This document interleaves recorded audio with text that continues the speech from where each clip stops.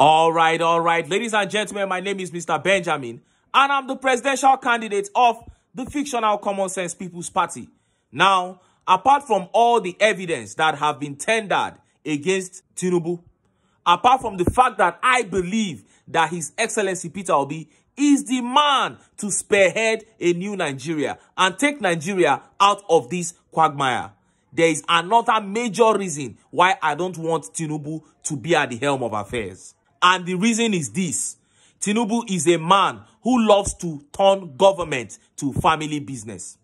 He loves to bring members of his family and begin to put them in key positions as if our collective wealth belongs to only him. He did it in Lagos, and he is planning to do it now at the national level. And this is the reason why the judiciary has to do the right thing in the case of this man. We cannot surrender our commonwealth to one person.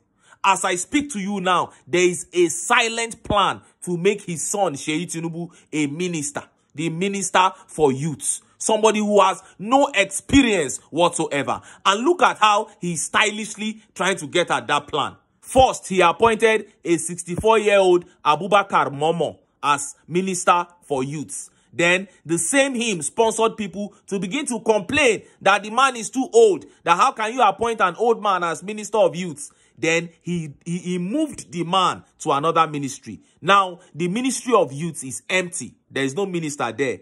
Then, only today, APC youth leaders wrote this open letter suggesting that the president should allow his son, Sheyi TINUBU, to choose a minister for that Ministry of Youth. See as they write the letter. Clarion call for a purposeful minister of youth that is fit for the job. The Forum of Youth Leaders of the All Progressive Congress, APC, comprising of the 36 states and the FCT, wishes to commend the current administration, led by His Excellency Bola TINUBU, for being youth-friendly in the discharge of his responsibilities as the president of the country, particularly his youth-friendly policies so far. Doubtless, Mr. President has demonstrated his unmatched love for youth demography by reserving the Ministry of Youth for this important constituency. The forum, having observed that the strength and success of this administration depends largely on the viability of the youth ministry, is requesting for a careful consideration of the personality of the would-be Minister of Youth to be in tandem with the peculiar character of the youths in terms of ability to network with the segment and the contribution of the youth ministry to ease youth agitation across the country. Based on the above premise, we are pleading with the President and Commander-in-Chief, His Excellency TINUBU, to allow one of our own, His Excellency, the youthful and forward-looking Sheyi TINUBU, to midwife the selection of a youthful Minister of Youth who understands the importance of a viable Ministry of Youth. You have seen it. They are writing that TINUBU should allow his son, Sheyi TINUBU, to choose a minister, to choose the Minister of Youth. Under what capacity, for God's sake? And what they are doing here is that they are stylishly trying to suggest Sheyi TINUBU as the Minister of Youth. And all these people are sponsored by the same TINUBU. He's doing this so that when he appoints the boy as minister and Nigerians want to complain, he will now say that it was youths that suggested the boy. And Nigerians were not happy with this development at all. Look at some of the tweet reactions. This tweet says, "So Sheyi is now the temporary commander-in-chief, right? I have never seen a party and people so in love with illegality." I am telling you, APC loves illegality. And this tweet says, "What is happening to this country? It is not funny anymore. I'm telling you what is going on." And you still find some people trying to justify this. And this tweet says, "When did issues of a country of over 200 million people become a family matter? I wonder." And this tweet says, "Same thing they did with Lagos State, family business." Oh, now my big question to the judiciary is this. Is this the kind of country that you want to leave behind for your children?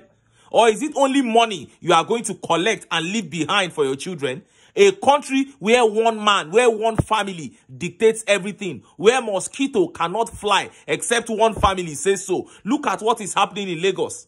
And that is what this man believes he can replicate at the national level. Let me see if judiciary no go use their brain. Now, TINUBU remaining in office will spell doom for Nigeria, because this man clearly does not know what he's doing. He's just trying to follow the manifesto of Peter Obi. Now he has gone to appoint a minister of humanitarian and poverty alleviation. I don't know as he take call him. That one came for an interview and started talking about lifting people out of poverty, poverty alleviation, reading straight from Peter Obi's textbooks, just to please Nigerians. But by listening to her alone, you can tell that this lady does not even know how to do the things she's saying she will do. And Nigerians came for her. Watch the video. We didn't have a minister for humanitarian affairs and poverty alleviation. We had a minister for humanitarian affairs, disaster management and social development.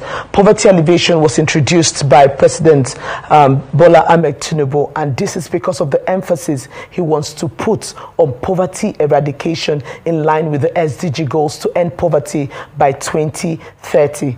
History is important because it shapes where your present is and what the future should look like. We would be looking at what was implemented, how it was implemented, the challenges they faced, the setbacks, and why certain things were not achieved. And then, of course, what was successful and what can we build on. All of that will be brought into consideration. Right now, what we're doing at the ministry is having presentations from the different departments, units, and agencies under the ministry. And then, of course, at the present, what are those quick wins from the short-term goals, the immediate goals, of course, the short-term goals, medium-term goals, and the long-term goals? How do we intend to reach these people, and how do we intend to reach them in such a manner that they know that they have been reached and Nigerians can truly say that poverty has been eradicated? Now, when you listen to His Excellency Peter Obi talk about lifting people out of poverty, he talks from his heart. This one was just talking as if she was reading from a book. And that will tell you clearly that these people have no plans to lift Nigerians out of poverty. How can you talk to Nigerians about lifting them out of poverty when all your policies are anti-people? And Nigerians were angry at this video. Look at some of the tweet reactions. This tweet by Adetola says, "I am beginning to hate the word poverty alleviation. The use of it is demeaning. They are playing to the gallery. If you want to alleviate poverty, review your remuneration. Sack all ministers who have cases with EFCC, including the president himself." Oh, thank you so much, Adetola, for this tweet. And this tweet by Abdullahi Shehu says, "I hope you are not elevating us out of poverty to poverty pro max, because it seems whenever government official talks about poverty alleviation, we end up worse." I'm sure Shehu is referring to Buhari. And this tweet by Oluwafemi says, "Original Were, they don't turn us to Mumu."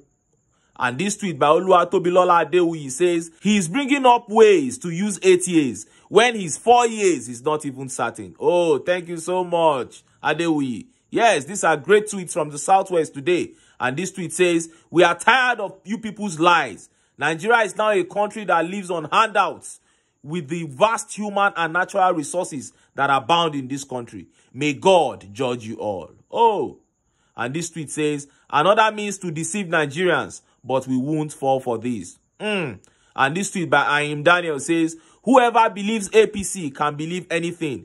This party can only deceive the gullible." Oh, you have seen that. And obviously, the party APC has been rejected by Nigerians across the country because apparently these people don't have a clue. They don't know what to do to get this country out of the problems that we are in now. And they were even the ones that pushed this country deeper into this problem. Yes, we had problems under PDP, but it was when APC came in that everything scattered, pata. And that's why Nigerians are saying enough is enough. Both APC and PDP, we don't want any one of you again. And we went out for an election and we gave His Excellency Peter Obi our votes freely. Under the rain, under the sun, we came out and we did our thing until Yakub Mahmudu came in and he spoiled everything. And we are saying justice now must be given to us at the judiciary. The right thing must be done. all eyes on the judiciary. A case is before you, and we expect you to be true to your calling. Pass judgment according to the dictates of the Constitution and of the electoral laws. And we eagerly anticipate the day where we will go pass that judgment. For the sake of those of us who are in this country now, and for the sake of the children yet unborn. But until then, make I still enter town. Make I go get some ogbonge political news where una go like. Why? Because of una. Now I dey here. So, don't go.